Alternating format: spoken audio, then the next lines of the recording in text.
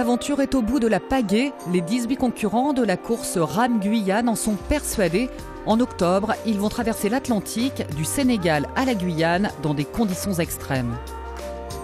Se retrouver seul sur l'Atlantique, sur un bateau de 8 mètres avec des crues à peu près de 8-9 mètres aussi, tout seul, sans assistance, c'est la dernière véritable aventure que l'on peut vivre, je dirais, parce que c'est une vraie aventure. Ce sont des amateurs et qui se lancent un défi et je pense que la victoire, elle est sur eux-mêmes, elle n'est pas sur les autres. Évidemment, une telle course se prépare. Les skippers sont actuellement à Gonfreville-Lorcher pour recevoir leur dernière formation. Ça va, la console, ça va. Les jaugeurs qui contrôlent les bateaux sont bluffés par la diversité des athlètes.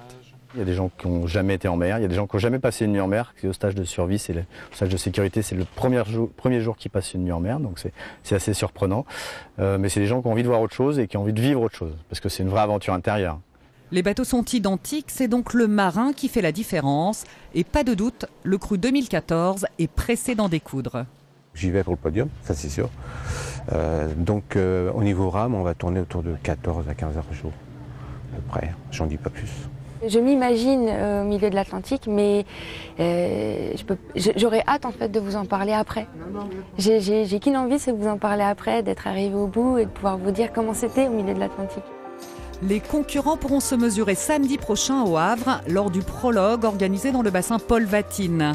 La grande arrivée, elle, se fera en Guyane fin novembre pour les plus rapides, soit 40 à 45 jours de rame depuis le Sénégal.